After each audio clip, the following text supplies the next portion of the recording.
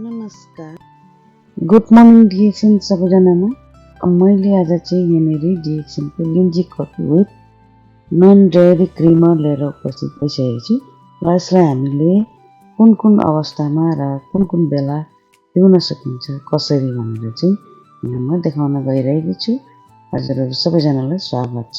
हस्त मैले यहाँनिर ब्ल्याक कफी र नन डेयरी क्रिमर यहाँ लगाएको छु हैन ग्लासमा। यसरी चाहिँ हामीले यो डिएक्सनको कफीलाई क्रिमर लगाएर मजाले पिउन पनि सकिन्छ। जहाँ जस्तो सुकै अवस्थामा भएर पनि हामी यो डिएक्सनको लिन्जी ब्ल्याक कफी मजाले पिउन सकिन्छ, ताकि जसले गर्दा हाम्रो शरीरलाई स्वस्थ राख्नुमा धेरै मद्दत पुर्याउने गर्छ हैन।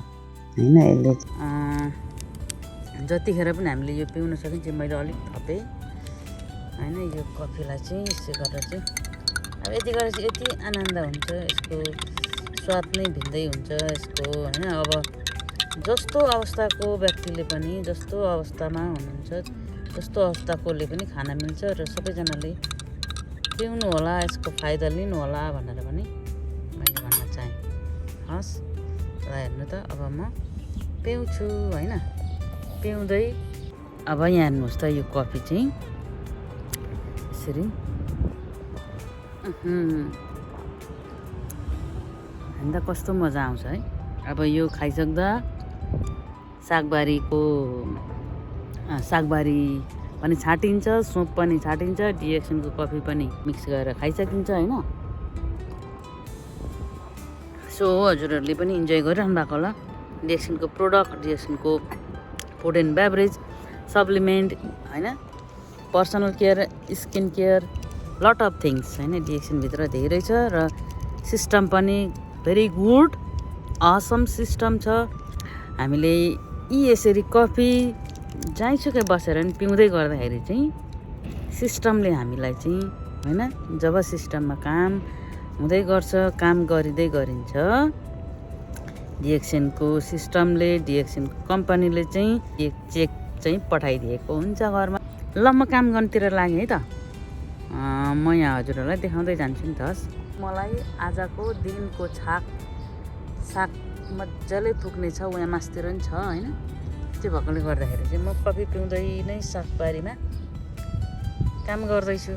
हस् ल मैले यहाँनिर छोपेँ कफीलाई हैन। अब कफीलाई छोपेपछि भनेको मैले यहाँनिर साग त टिप्नु पर्ने हुन्छ है।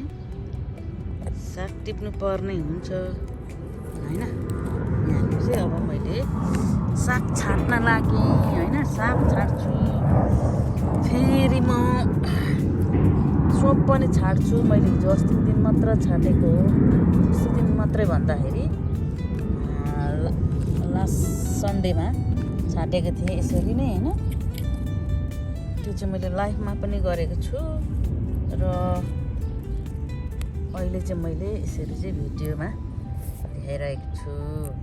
यो सोप र सागको मजाले सुप बनाएर चाहिँ खाँदाखेरि भनेको यता डिएक्सनको प्रोडक्ट पनि खाँदै गरिन्छ। खाँदै गर्दा त्यसले पनि हाम्रो स्वास्थ्यलाई नेचुरल्ली हैन प्राकृतिक रूपमा स्वस्थ बन्नका लागि सहयोग गर्छ भने यो साग अथवा सुप अथवा बारीको ताजा सागसब्जी पनि हामीले नेचुरली रूपमा चाहिँ हामीलाई यसले फाइदा दियोस् भनेर चाहिँ खान सकिन्छ हैन।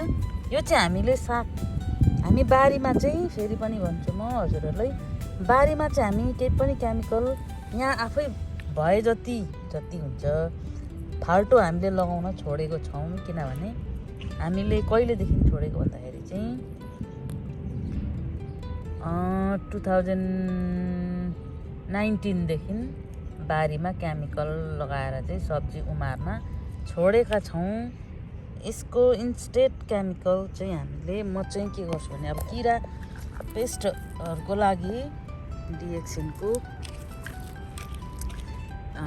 डिएक्सनको टुथपेस्ट हैन, ज्ञानोजी टुथपेस्ट र यो ब्ल्याक कफी हैन, डिएक्सनको ब्ल्याक कफीलाई पेस्ट स्प्रे बनाएर चाहिँ मजाले बारीमा छर्ने गरिन्छ, छर्न थालेको छौँ होइन। त्यो गर्दाखेरि भनेको चाहिँ किराहरू पनि त्यति लाग्दैन। अलिअलि त लागिहाल्छ किनभने प्राकृतिक हो, उसले पनि खानुपर्छ, ऊ जबरजस्ती आइरहेको हुन्छ। तर मार्नुभन्दा पनि भगाउनु होइन, किरालाई सागसब्जीमा लागेको किरा मार्नुभन्दा पनि भगाउनु चाहिँ डिएक्सन कम्पनीको ज्ञानोजी टुथपेस्टले मजाले काम गर्छ हजुरहरू। अनि त्यहाँबाट भनेको अरू त्यसको लागि होइन, अब भिटामिनहरू भनेको हामीले त्यति लगाइराख्नु पर्दैन होइन। मजाले किराले राम्ररी मजाले खानु पाएन भने सागसब्जीमा त्यस्तो साह्रो भिटामिनहरू के केमिकलहरू लगाएर उमारिराख्नु पनि जरुरत नपर्ने रहेछ भन्ने चाहिँ हामीले यसको रिजल्ट पाएका छौँ होइन। धेरै हो हामीले यसरी लगाउँदैन। हाम्रो यो साग भोलिपर्सि माथि पनि छरेको छौँ, माथिल्लो बारीमा पनि हजुरहरूले भोलिपर्सि देख्नुहुनेछ। र मेरो फेसबुकको भिडियोमा पनि हजुरहरूले साग मजाले देख्नुहुनेछ। त्यहाँनिर हामीले एकदमै मजाले साग केमिकल रहित साग उमार्दै गरेका छौँ र नजिकको साथीभाइसँग बाँडेर पनि खाने गरेका छौँ होइन। र टाढो हुनुहुन्छ भने त अब टाढोबाट हेर्दै हुनुहुन्छ अथवा टाढोबाट चाहिँ यो भिडियोलाई हेरिदिनु भएको छ भने म अब सेयर गर्नु चाहिँ म हजुरहरूलाई यो फोनमा यो भिडियो मार्फत चाहिँ हजुरहरू समक्ष पुर्याउन सक्छु होइन। अनि अब नजिकको साथीभाइसँग चाहिँ हामी एक आपसमा सेयर गरेर पनि खाने गरेका छौँ होइन। अनि यहाँ हेर्नुहोस् न, यो अब साग मात्रै छैन, यहाँ धनियाँ पनि छ होइन, धनियाँ पनि छ, अनि सुप पनि छ होइन। धनियाँ छ, सुप छ, अनि त्यहाँबाट साग छ भनेपछि यसलाई मैले एकै ठाउँ चाहिँ यसरी लाउने कोसिस गरिरहेको छु है। यसरी चाहिँ खाइन्छ, हामी चाहिँ यसरी खाने गरेका छौँ। यसरी खाँदाखेरि चाहिँ अरू केही पनि मिसाइराख्नु नपर्ने, छस्ससँगले चाहिँ प्याज लगाएर चाहिँ अलिकति हल्का तेल लगाएर होइन सरै धोएर चाहिँ तातो पानीमा मजाले खान सकिन्छ होइन। अब त्यो मात्रै नभएर हेर्नुहोस् न, यहाँ बेथुको साग पनि अब यो हामीले किनेर खाँदा भनेको कम्ता महँगो पर्दैन होइन। यो अलिक लोप भएको सागहरू पनि हो, फेरि भिटामिन युक्त सागहरू छ होइन। त्यही भएर चाहिँ फेरि मजाले खान सकिन्छ है त साथीहरू। आदरणीय सर मिस म्याडमहरूलाई मैले आजको भिडियो यसरी नै देखाएँ। हस् यहाँ छ नि त साग, म टिपिरहेछु होइन। म हजुरहरूलाई साग टिपेर पकाएको सामान पनि देखाउने कोसिस गरेको छु। हस् त धन्यवाद। इन्जोय गर्नु होला हजुरहरू पनि बारीमा डिएक्सनको कफी पिउँदै होइन। बारीहरू गोड्दै हुनुहुन्छ भने पनि डिएक्सनको कफीलाई पनि छेउमा राख्नु होला। हजुरहरूले पिएर यसको स्वाद सँगसँगै यसको त्यसले दिने फाइदा, डिएक्सनको कफीले दिने फाइदाहरू धेरैभन्दा धेरै छ होइन। हजुरहरू यदि नयाँ बनेर यो भिडियो हेर्दै हुनुहुन्छ भने चाहिँ डिएक्सनको कफीले दिने फाइदा धेरैभन्दा धेरै छ। डिएक्सनको एउटा मात्रै कफी छैन, धेरै प्रकारको कफीहरू छन्। हजुरहरू रोगी हुनुहुन्छ भने पनि ब्ल्याक कफी पिउनु होला, कडेसेप कफी पिउनु होला होइन। निरोगी हुनुहुन्छ भने पनि कडेसेप कफी पिउनु होला, ब्ल्याक कफी पिउनु होला, जसले गर्दा चाहिँ हाम्रो शरीरमा रोग लागेर भन्दा नि नलाग्नु चाहिँ त्यसले मद्दत गर्छ। प्राकृतिकको शरीर हो, रोग त लागिहाल्छ। One day will be die होइन।